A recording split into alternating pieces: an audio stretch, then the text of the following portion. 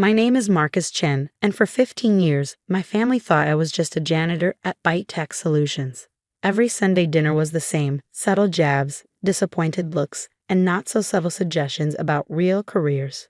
But what they didn't know was that while I was mopping floors at night, I was building something that would change everything. Marcus, you're 38 now. My mother sighed during our weekly family dinner, pushing her barely touched pasta around her plate. Don't you think it's time to find a real job? I kept my eyes on my food, letting the familiar sting of her words wash over me. Across the table, my sister Olivia adjusted her engagement ring, making sure the massive diamond caught the light. As a senior executive at Goldman Sachs, she never missed an opportunity to remind everyone of her success.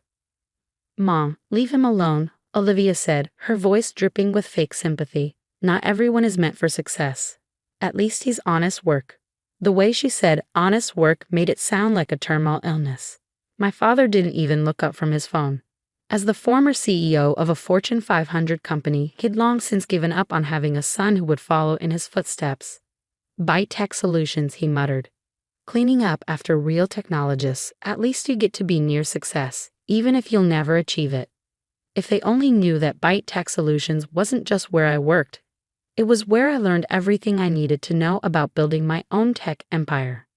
It started 15 years ago when I graduated with a computer science degree from MIT. My family expected me to join a prestigious tech company or follow my father into corporate leadership. Instead, I took a job as a night janitor at Byte Tech Solutions. "He's lost his mind," my mother had wailed when I told them. An MIT graduate choosing to be a janitor? Where did we go wrong? But I had a plan. During my final year at MIT, I developed an algorithm that could revolutionize how artificial intelligence processed natural language. The big tech companies would have bought it immediately, but I wanted to build something of my own. I needed time, access to high-end computing resources, and most importantly, invisibility. Byte Tech Solutions had everything I needed. As a night janitor, I had access to their entire building. No one paid attention to the quiet guy with the mop and bucket. No one noticed when I spent extra time cleaning the server rooms, studying their setup. No one cared when I stayed late, allegedly to polish the floors. During those late nights, while everyone thought I was just pushing a broom, I was learning everything about how a major tech company operated. I saw their mistakes, their inefficiencies, their missed opportunities. More importantly, I had unlimited access to their discarded equipment. Perfectly good computers and servers they threw away during upgrades. In the basement of my small apartment, I built my own mini data center from their cast-offs. Every night after my shift, I worked on refining my algorithm, testing it, improving it. I lived on coffee and determination, sleeping just 4 hours a day. "At least get your own apartment," my mother would plead during family dinners. "Living in that tiny basement apartment at your age. What will people think?" What they didn't know was that I owned the entire building. I bought it through a shell company when my first patent was quietly approved. The tiny basement apartment was just my cover. The real magic was happening in the secured upper floors, where I had built a state-of-the-art development facility. I called my company Phoenix Intelligence. The name was my private joke, rising from the ashes of discarded technology and overlooked potential. For 15 years, I operated in complete secrecy, using a network of shell companies and private investors who never met me in person. The janitorial job was my perfect cover. Who would suspect the quiet janitor was actually running a cutting-edge AI company?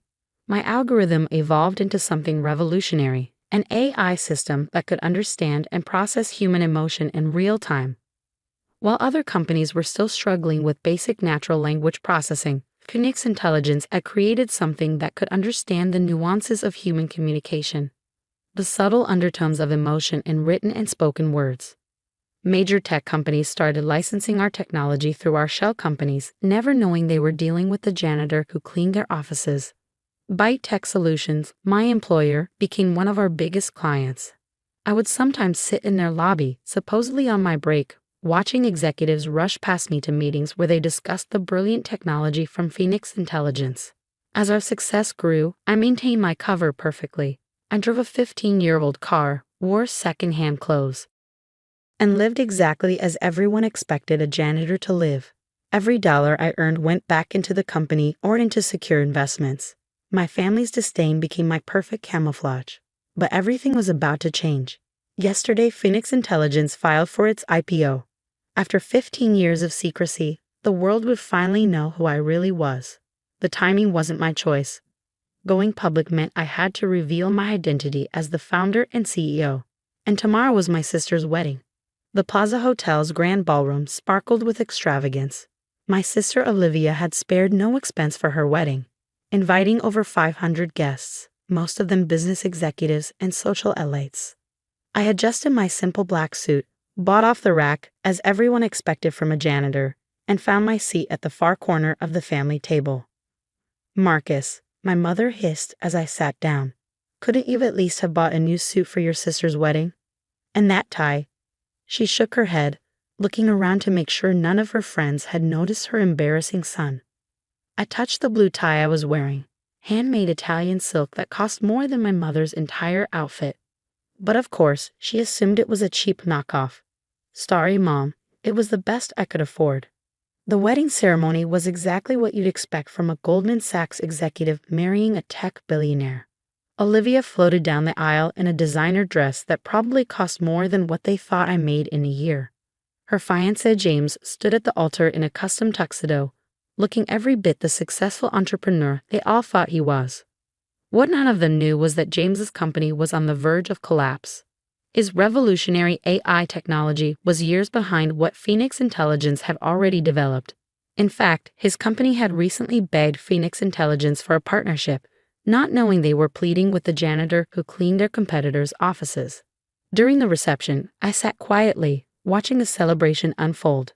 The CEO of Byte Tech Solutions was there. He walked right past me without a glance, never recognizing the janitor who had mocked his office floors for 15 years.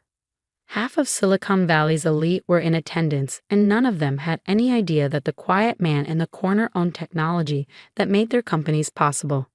And now, the wedding planner announced, "Please turn your attention to the screens for a special presentation about the happy couple." The massive screens around the ballroom lit up with a glossy video about Olivia and James' perfect love story. But suddenly, the video flickered and changed. A breaking news alert appeared. Breaking! Phoenix Intelligence, Silicon Valley's most secretive company, files for IPO. Mysterious founder finally revealed. I watched my family's faces as my photograph appeared on the screen. Not a recent one. The same ID photo I'd used at Byte Tech Solutions for 15 years. The news anchor's voice filled the ballroom. In a shocking revelation, Marcus Chen, known to many as a janitor at Byte Tech Solutions, has been revealed as the founder and CEO of Phoenix Intelligence, the AI company valued at $8 billion.